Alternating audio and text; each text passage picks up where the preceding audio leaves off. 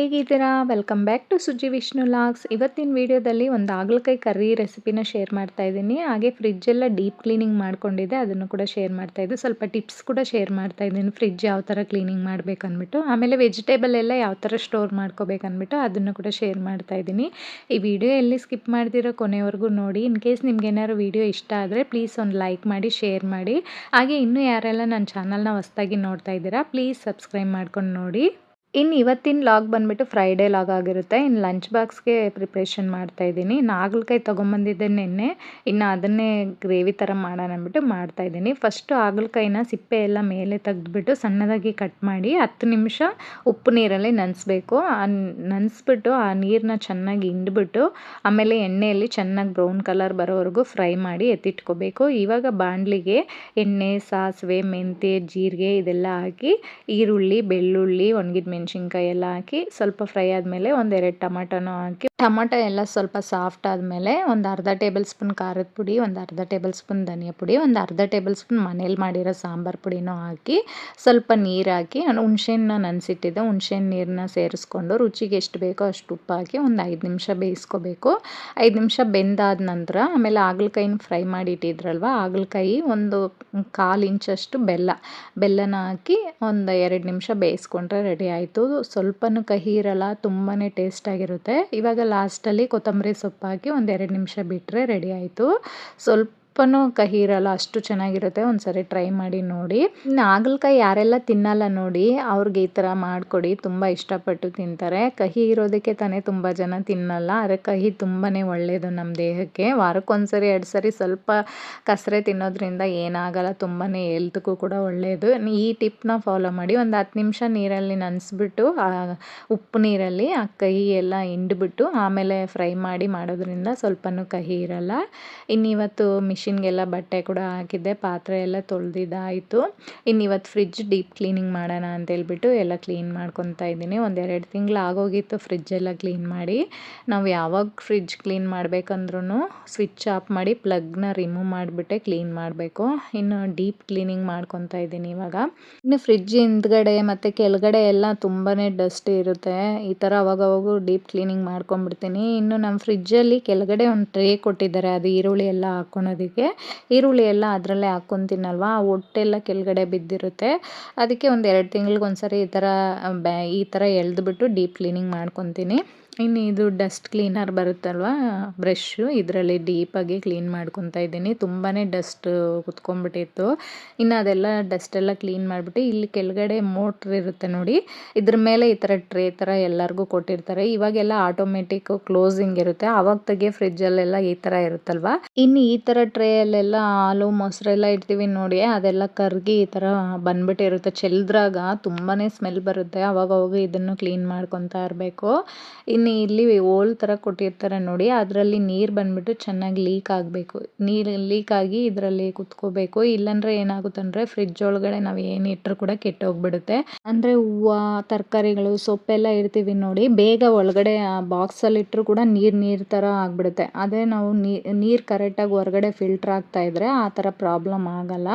ಇನ್ನು ನಮ್ಮ ಫ್ರಿಡ್ಜಲ್ಲಿ ನೋಡಿ ತುಂಬ ಮೆಸ್ಸಿಯಾಗಿ ಇಟ್ಕೊಂಡ್ಬಿಟ್ಟಿದ್ದೀನಿ. ಎಲ್ಲ ಡೀಪ್ ಕ್ಲೀನಿಂಗ್ ಮಾಡಬೇಕಿವಾಗ. ಇನ್ನೆಲ್ಲ ಇಂಗ್ರೀಡಿಯೆಂಟ್ಸು ಫಸ್ಟ್ ಎಲ್ಲ ಎತ್ತಿ ಇಡ್ತಾ ಇದ್ದೀನಿ. ಎಲ್ಲ ಎತ್ತಿ ಇಡ್ಬೇಕಾದ್ರೆ ಇವಾಗ ಒಂದು ಇನ್ಸಿಡೆಂಟ್ ಆಗುತ್ತೆ ನೋಡಿ. ಈ ಕಡೆ ಬಂದುಬಿಟ್ಟು ನಮ್ಮದು ಟೇಬಲ್ ಇದೆ, ಅಂದರೆ ಫೋಲ್ಡಿಂಗ್ ಟೇಬಲು. ಅದು ಯಾವ ಥರ ಬಿತ್ತಂದರೆ ಅದ್ರ ಮೇಲೆ ಲ್ಯಾಪ್ಟಾಪು, ಕಂಪ್ಯೂಟರ್ ಎಲ್ಲ ಕೆಳಗಡೆ ಬಿದ್ದೋಯ್ತು. ಒಂದು ಕೆಲಸ ಮಾಡೋಕ್ಕೋಗಿ ಇನ್ನೊಂದು ಕೆಲಸ ಆಯಿತು. ಕಡೆ ಎಲ್ಲ ಟೇಬಲ್ ಬಿದ್ದೋಗಿ ಅಲ್ಲಿರೋ ಐಟಮ್ ಎಲ್ಲ ಬಿದ್ದೋಯ್ತು.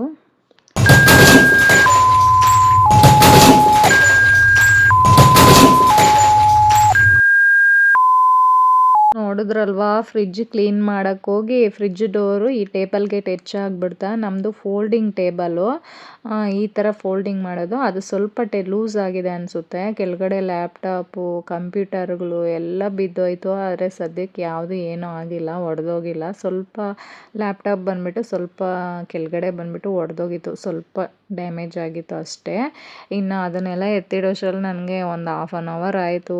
ತುಂಬಾ ಬೇಜಾರಾಗ್ಬಿಡ್ತು. ಯಾವ್ದಾದ್ರು ಒಡೆದೋಗಿದ್ರೆ ತುಂಬ ಫೀಲ್ ಆಗಿಬಿಡ್ತಾ ಇತ್ತು. ಇನ್ನು ಅದನ್ನ ಕೆಳಗಡೆ ಬಿದ್ದಿರೋದನ್ನೆಲ್ಲ ಒಂದೊಂದೇ ಚೆಕ್ ಮಾಡಿದೆ. ಇನ್ನು ಗಾಜಿಂದೆಲ್ಲ ಕೂಡ ಇಟ್ಟಿದ್ದೆ, ಅಂದರೆ ಆಮೇದು ಬರುತ್ತೆ ನೋಡಿ ಗಾಜಲ್ಲಿ ನೀರು ಹಾಕಿ ಇಡ್ತೀವಲ್ವ, ಅದೆಲ್ಲ ಕೂಡ ಇತ್ತು. ಅದೆಲ್ಲ ಏನೂ ಆಗಿರಲಿಲ್ಲ. ಮತ್ತು ಕೀಬೋರ್ಡು ಮತ್ತು ಇನ್ನೊಂದು ಕಂಪ್ಯೂಟರ್ ಎಲ್ಲ ಇತ್ತು, ಅದು ಕೂಡ ಏನೂ ಆಗಿರಲಿಲ್ಲ. ಎಲ್ಲ ಒಂದೊಂದೇ ಚೆಕ್ ಮಾಡಿದೆ, ಸ್ವಲ್ಪ ಮನ್ಸಿಗೆ ಸಮಾಧಾನ ಆಯಿತು.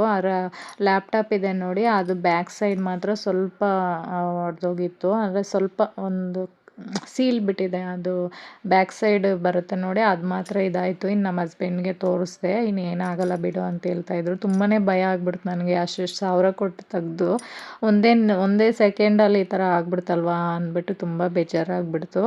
ಇನ್ನು ಅದೆಲ್ಲ ಎತ್ತಿಟ್ಬಿಟ್ಟು ಇವಾಗ ಫ್ರಿಡ್ಜ್ ಒಳಗಡೆ ಬಂದುಬಿಟ್ಟು ನಮಗೆ ಒಂದು ಬಟನ್ ಬರುತ್ತೆ ನೋಡಿ, ಬ್ಲೂ ಬಟನ್ನು, ಅದನ್ನು ಯಾವಾಗೂ ಪ್ರೆಸ್ ಮಾಡ್ತಾ ಇರಬೇಕು. ಇಲ್ಲಾಂದರೆ ಏನಾಗುತ್ತೆ ಅಂದರೆ ನಮಗೆ ಐಸ್ ಕಟ್ಬಿಡುತ್ತೆ.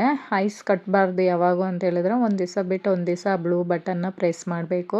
ಇನ್ನು ಆ ಬಟನ್ನ ಪ್ರೆಸ್ ಮಾಡಿಲ್ಲ ಅಂದರೆ ಏನಾಗುತ್ತೆ ಅಂದರೆ ಒಳಗಡೆ ಎಲ್ಲ ಐಸ್ ಥರ ಕಟ್ಬಿಡುತ್ತೆ. ಇನ್ನು ಒಂದೇ ಸರಿ ಜಾಸ್ತಿ ಆಗಿಬಿಟ್ರೆ ನಾವು ಏನು ಮಾಡೋಕ್ಕೂ ಆಗೋಲ್ಲ.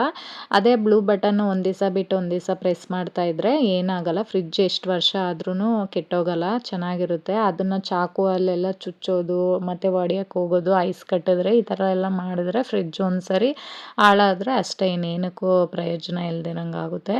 ಇನ್ನು ನಮ್ಮ ಮನೇಲಿರೋ ಫ್ರಿಡ್ಜ್ ತೆಗೆದು ಒಂದು 15 ವರ್ಷ ಆಯಿತು ಅನಿಸುತ್ತೆ. ಈ ಫ್ರಿಡ್ಜು ನಾವು ಯಾವ ಥರ ಇಟ್ಕೊತೀರೋ ಆ ಥರ ಚೆನ್ನಾಗಿರುತ್ತೆ.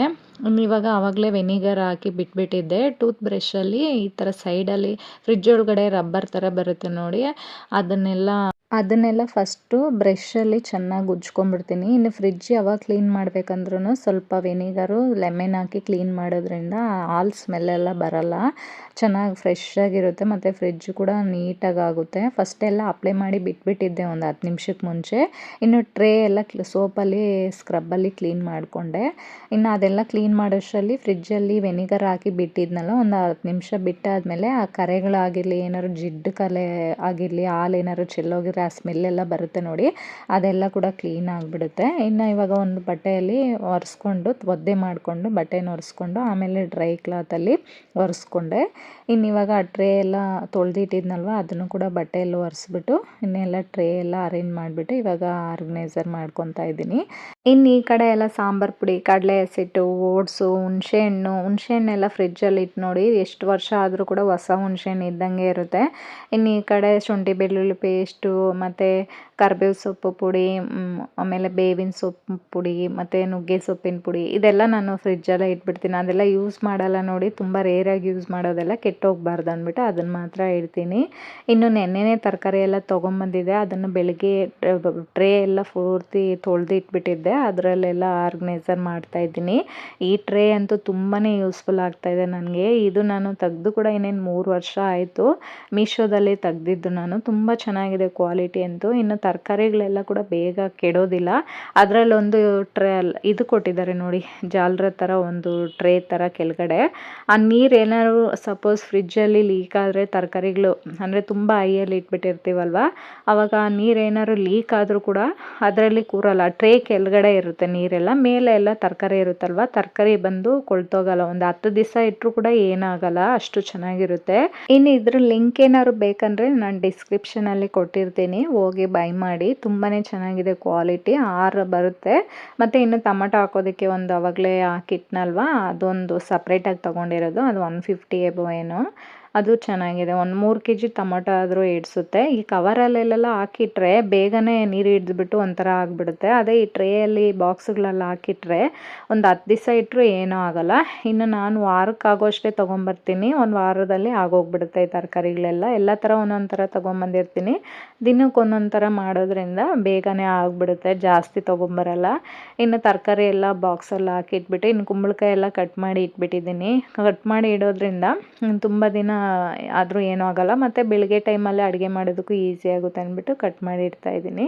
ಇನ್ನು ಕರಿಬೇವು ಸೊಪ್ಪೆಲ್ಲ ಕೂಡ ಅಷ್ಟೇ ಈ ಥರ ಬಿಡಿಸಿ ಇಟ್ಕೊಂಡ್ಬಿಡ್ತೀನಿ. ಯಾವುದೇ ಅಷ್ಟೇ ತೊಗೊಂಬಂದಿದ ತಕ್ಷಣ ನಾವು ಈ ಥರ ಬಿಡಿಸಿ ತೊಳೆದು ಇಟ್ಕೊಳೋದ್ರಿಂದ ನಮಗೆ ಅಡುಗೆ ಮಾಡೋದಕ್ಕೆ ತುಂಬಾ ಈಸಿ ಆಗುತ್ತೆ. ಇನ್ನು ಹಸಿಮೆಣ್ಸಿನ್ಕಾಯಿ ಎಲ್ಲ ನಮಗೆ ಈ ಥರ ತೋಟ ಬರುತ್ತೆ ನೋಡಿ ಮೊದಲು, ಅದೆಲ್ಲ ತೆಗ್ದ್ಬಿಟ್ಟು ಇಡೋದ್ರಿಂದ ಎಷ್ಟು ದಿನ ಆದರೂ ಕೆಡೋದಿಲ್ಲ.